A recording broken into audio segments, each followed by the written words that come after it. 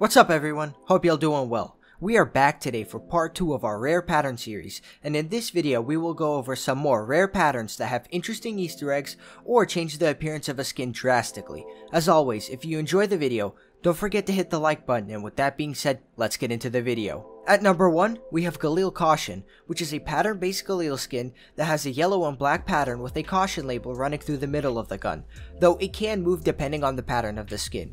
Now, on a few rare patterns, like this pattern 93 right here, you can actually see a little man that is falling on the back of the stock right here.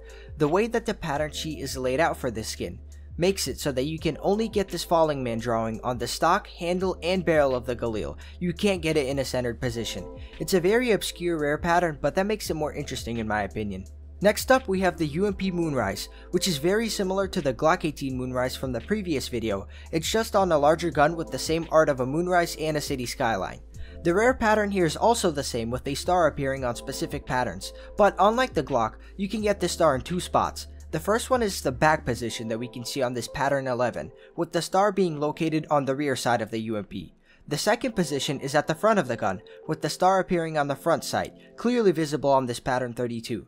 The great thing is that the star actually glows under bright lighting, which makes this rare pattern look even better than the one on the Glock. Coming in at number 3, we have the Desert Eagle Emeraldyman Gander, which is a full green deagle skin from the Norse collection, with a Norse design covering the whole gun.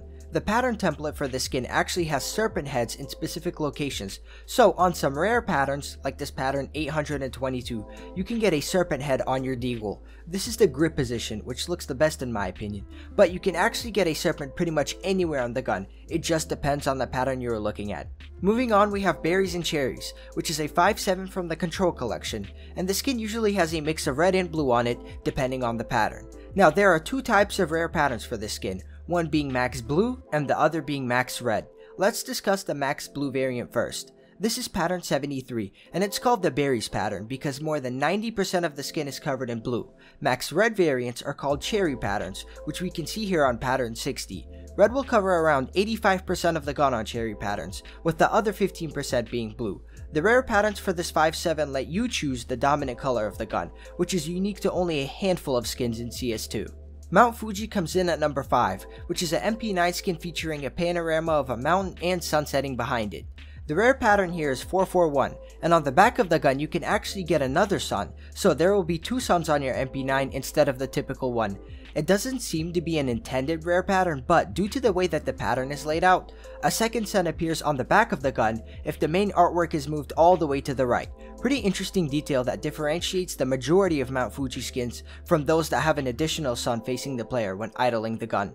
Moving on, we have Last Dive on the Mac 10, which features an aquatic theme of sea dragons, skulls, and divers on an orange background. The general consensus is that pattern 509 is the best rare pattern here, which features perfect placement of a skull at the back of the gun with the serpent coming out of its mouth. We can also see a seashell at the front of the gun and a diver drawing in front of it.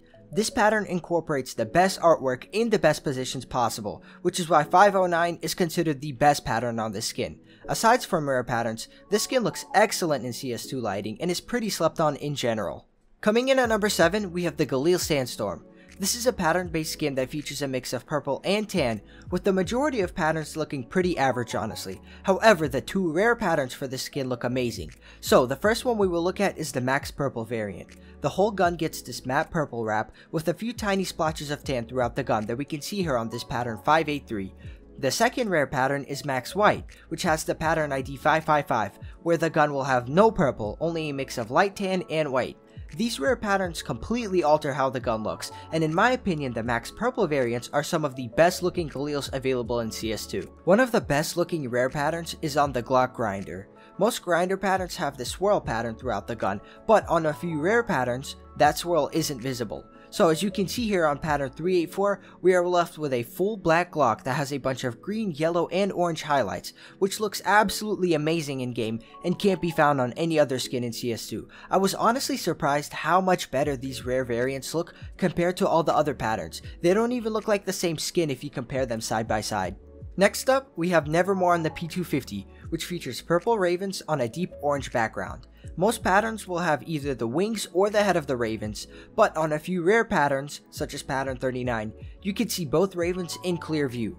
There is variation in the rare patterns themselves, where you can get a full raven at the back of the gun, the front of the gun, or my favorite pattern, where you can see both ravens at once. These patterns are very subjective, but the best patterns are those that feature the raven artwork in clear view without any of the art being cut off by the sides of the gun. For the final skin, we are going to look at the Glock Reactor, with most patterns being a random mix-up of radiation signs scattered through the whole gun. Now, rare patterns, like this pattern 152, will have the radiation signs line up in a way that gives off the appearance of a mouth with teeth, which is where the teeth pattern comes from. There are multiple patterns with this look, some having the mouth more centered, while others have the mouth towards the front or back of the gun. The black on orange color palette for these Glocks makes it a great choice if you want to do some creative crafts using a rare pattern. So, here's some more interesting rare patterns that I wanted to cover today. I am currently working on a diamond gems guide for the flip knife, but since those videos are incredibly time consuming, expect to see that video sometime next week.